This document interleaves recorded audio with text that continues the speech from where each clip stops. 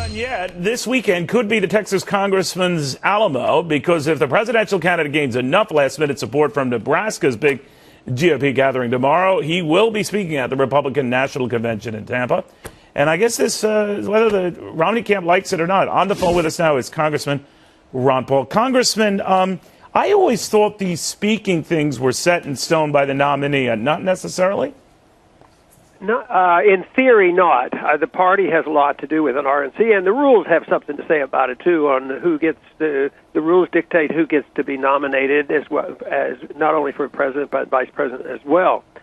But I would say that the presidential nominee, especially if it's a clear-cut nominee, does have a lot to say about it. I don't think there will be a split between the RNC and the Romney camp on who gets to do what. I don't care who they are. If they don't let you speak, I mean, they'd be idiots. I mean, and I don't think that'll happen. So I know there's a lot at stake tomorrow in Nebraska, and everyone's watching it. But I'd say that would be political suicide if you were relegated to the sidelines. That's my opinion. But.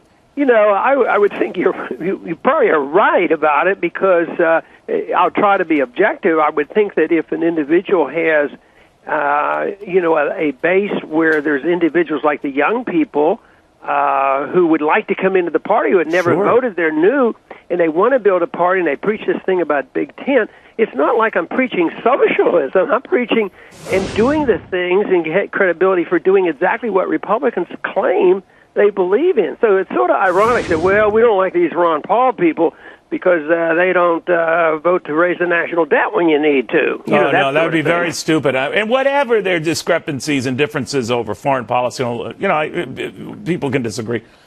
There's no doubting your supporters' passion and enthusiasm. You're the only guy I know, when we were covering you during the primaries and caucuses, Congressman, who get young people, Raz, talking about the Fed. That's impossible. If I could have done that in my financial journalism career, I'd be like the Jacksons. So I don't know how the heck you did that, but I don't think the Romney camp wants to risk alienating that group. Have you heard from the governor? Have you gotten any sense of what role you'll be playing in Tampa? No, I haven't.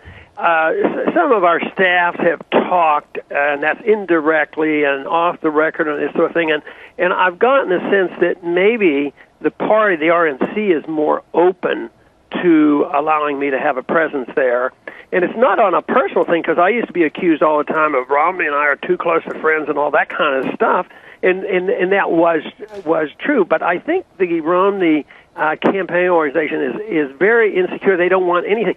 They want this thing to go smoothly, but all conventions like that. And this is the one thing that annoys me a bit, is they want this thing to go smoothly and be a big media event, and it costs the taxpayers $18 million, and they don't want a discussion.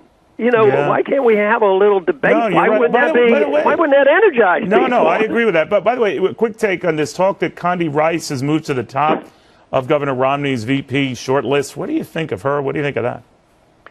Well, I was really, really surprised that is the case. I would be pretty amazed if she were to be picked. So, what would you think if she were? You're not a fan, obviously, of the whole Iraq war. No, I mean, I can understand philosophically why she might, because even though she talked about, along with Bush in the year 2000, about a humble foreign policy, and I thought, wow, maybe we're going to get a humble foreign policy and no nation building, but it didn't turn out that way. So she would fit the bill for him, but it wouldn't help the Ron Paul supporters, because they would like a different foreign policy. We'd like a foreign policy that George Bush talked about in the year 2000. No nation building. But you're saying that your supporters wouldn't like her as a pick.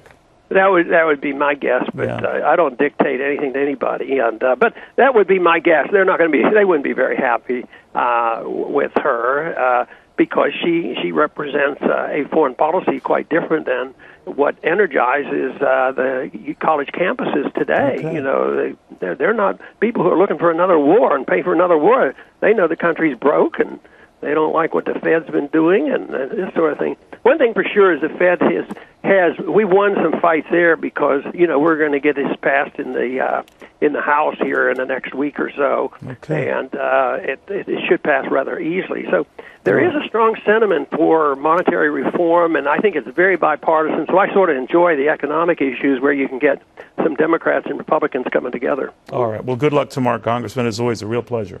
Thank you.